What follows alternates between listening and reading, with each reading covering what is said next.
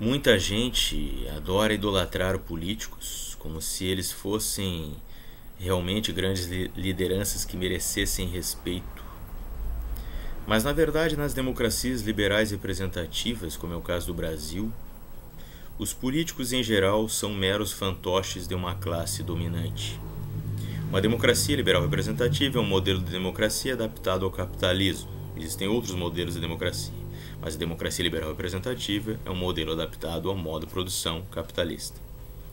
Nas sociedades capitalistas, ditas democracias liberais representativas, nem toda sociedade capitalista é uma democracia liberal representativa, mas vamos analisar esse modelo de sociedade.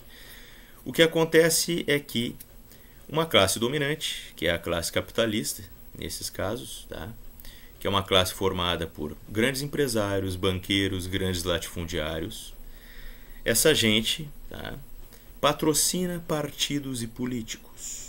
E esses partidos e políticos são os que geralmente vencem as eleições. Então, na verdade, esse modelo de democracia é um mero teatro para iludir as massas.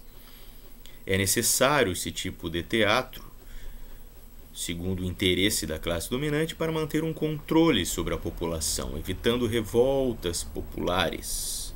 E fica mais fácil dessa forma implantar suas vontades, seus interesses sobre toda a sociedade. Então eles apostam, eles quem? Antes de mais nada, são famílias muito ricas, por sua vez controladas por patriarcas. Nisso as feministas têm razão, certo? Essas famílias muito ricas são donas de mega empresas, bancos e grandes propriedades rurais. Muito bem, então essa é a classe capitalista. As lideranças dessas famílias, então, esses indivíduos, patriarcas, eles patrocinam partidos e políticos. Mas que tipo de político eles vão escolher? Em geral, vão escolher os políticos que têm habilidade para persuadir o público, certo? Habilidades retóricas, os chamados demagogos. Desde o mundo grego antigo, nós sabemos disso. O termo demagogo é um termo grego usado, por exemplo, em Atenas, para identificar indivíduos que tinham habilidade retórica e conseguiam mexer com as emoções do público. E esses faziam muito sucesso nos debates em praça pública, na ágora. Conseguiam convencer os demais. Treinavam até para isso. Então, um demagogo é um sujeito que consegue mexer com os sentimentos, com as emoções das pessoas. São esses os políticos que mais fazem sucesso numa democracia liberal representativa ainda hoje. E são esses que vão receber o financiamento aí das grandes empresas, bancos e grandes proprietários de terras, que têm interesse em manter um controle sobre a sociedade, impor as suas vontades na sociedade. Os políticos vão administrar o Estado. Então, através dos políticos, a classe dominante consegue controlar o Estado, que é uma grande ferramenta de controle social. O Estado, que é a maior instituição que há, possui um território, e o governo que controla o Estado consegue impor, através do Estado, os interesses da classe dominante. Quem vive dentro do território controlado por um Estado precisa se submeter às leis e à força de quem está no governo, que por sua vez, nos casos das democracias liberais representativas, são os fantoches da classe dominante. Certo? Então, repetindo, os políticos são meros fantoches da classe dominante, são patrocinados por ricos empresários, banqueiros e grandes latifundiários. E quando eles vencem as eleições e chegam ao controle do Estado, nas várias esferas que compõem essa instituição que nós chamamos de Estado, porque nós temos o poder legislativo, nós temos o poder executivo, o judiciário é uma outra coisa, porque não há eleições para formar o judiciário no Brasil, mas podemos analisar isso aí em outro momento. Nós temos também municípios, nós temos as unidades da federação e temos o governo federal. Então, nessas várias esferas do Estado, no caso do modelo adotado no Brasil, onde há essa divisão em 3 poderes, onde há essa divisão em cidades, unidades federativas e União, certo? os políticos patrocinados pela classe dominante vão fazer o possível para implantar os interesses de quem os financiou, de quem os patrocinou. Muitas vezes sabotando serviços públicos, sabotando estatais, empresas públicas, né, tentando prejudicar aquilo que ainda é útil à população, né, para abrir espaço aos interesses de quem os financiou. Por exemplo, deixando uma estrada estragar para que depois, através de um processo de licitação fraudulento, seja colocado um pedágio naquela estrada, né?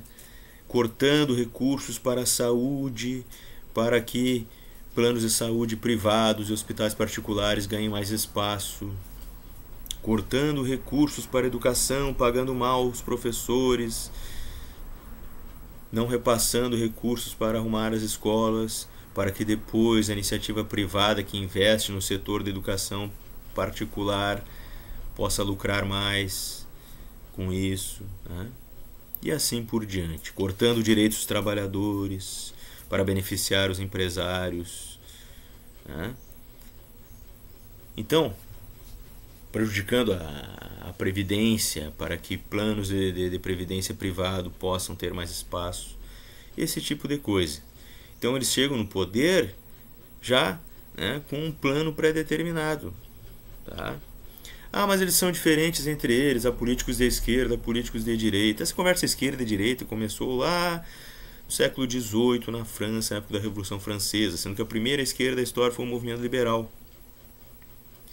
Os liberais, né, que tinham como base uma ideologia desenvolvida por filósofos, que tinham ligação com a burguesia, os liberais, na verdade, defendiam os interesses da burguesia, que era uma classe em ascensão, que desejava tomar o poder, derrubar os nobres e o clero na época, tá? Os conservadores, na época, defendiam os interesses, né, dos nobres, eles eram os nobres, e do clero, né? Então, o antigo regime, certo? Quando os liberais chegam ao poder, eles vão se tornando conservadores, no sentido de conservar o status da classe dominante, conservar o poder, nesse caso, né? Então, se conversa esquerda e direita, né, isso aí tem vários poréns. Só no século XIX que surge uma esquerda socialista, com um movimento socialista que era um movimento amplo, dividido entre anarquistas de tendências diversas e os marxistas, né? Depois os marxistas acabam, né, se tornando mais fortes dentro desse movimento, mas na verdade só no início do século XX, porque no século XIX o anarquismo ainda era mais forte. Mas isso é uma outra longa história. Mas a questão é o seguinte, voltando aqui, essa conversa esquerda, direita, isso aí dependendo do país, as coisas mudam muito. Por exemplo, nos Estados Unidos, é um movimento socialista lá muito fraco, então liberais ainda são vistos como esquerda lá. Já no Brasil, há um movimento socialista um pouco mais forte, né? É um socialismo, obviamente, que já... um socialismo entre aspas, né? São partidos que já fazem parte do jogo da democracia liberal, né? Uma esquerda institucionalizada, né? Mas, bom, os partidos que se dizem de esquerda se dizem adeptos do discurso socialista, né? Na verdade são social-democratas, né? Se nós formos analisar com mais atenção, né? São e entre eles, aqueles que geralmente conseguem vencer a eleição, são mais social-democratas ou puxam para o liberalismo social. Há um liberalismo social, para quem não sabe, tá?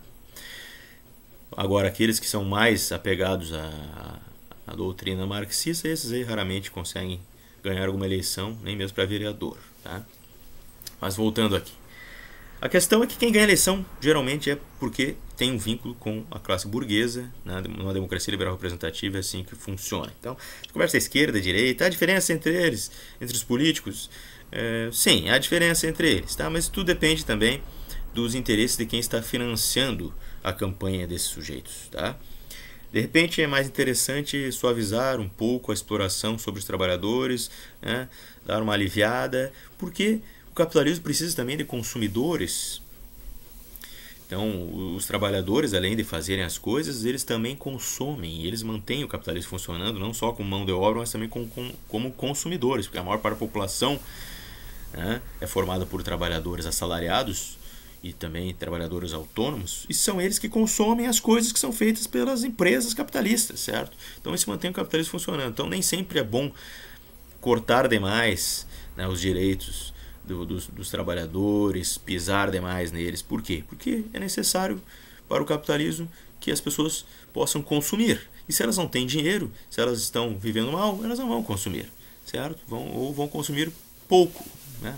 Consumir menos do que o necessário, né, para os lucros das grandes empresas. Então, dependendo da situação, é melhor botar lá um social-democrata mesmo, né, para engambelar a população, mantendo o capitalismo funcionando, mas de uma forma um pouco mais suave, né? Em outros momentos, quando os lucros estão bons, podemos colocar um neoliberal, que daí vai cortar os direitos, vai pisar nos trabalhadores, né, e assim garantir, né, o lucro de outras formas, né, para os grandes empresários e banqueiros, né?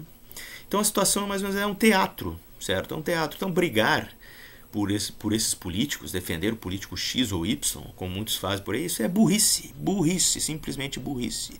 Porque os políticos, na verdade, eles não estão preocupados com seus eleitores, eles estão preocupados sim com quem financiou, quem patrocinou a campanha deles, certo? Quando um político famoso, importante, um demagogo, né? Porque geralmente esses caras são demagogos, como já falei, tá? Conseguem falar a língua do povo, mexer com as emoções das pessoas, encantam, iludem as pessoas. Quando um demagogo desses aí chega numa cidade, pode ver que ele prefere fazer uma reunião primeiro com os empresários locais, certo? É muito raro um político desse aí ir fazer uma reunião com sindicalistas ou com professores, né, ou com trabalhadores de base, né, certo? É muito raro, muito difícil. Quando fazem isso aí é porque estão em busca de votos, né? Mas se eles já estão no poder, eles deixam isso de lado, não importa mais, né? Eles podem usar a mídia, que é formada também por grandes empresas, né, para engambelar a população, espalhar a ideologia da classe dominante, né? Agora lembrem que há um jogo entre os ricos, certo? A real disputa é entre os ricos. As empresas disputam entre elas também, tá? Então, uma democracia liberal, que é um jogo complexo, que há políticos diversos, deputados, senadores, vereadores, presidente, governadores, tá? Como é o caso do Brasil, por exemplo, né? O jogo realmente é complicado, né? As polícias são patrocinadas por empresas diversas. Então é um xadrez complexo esse, tá?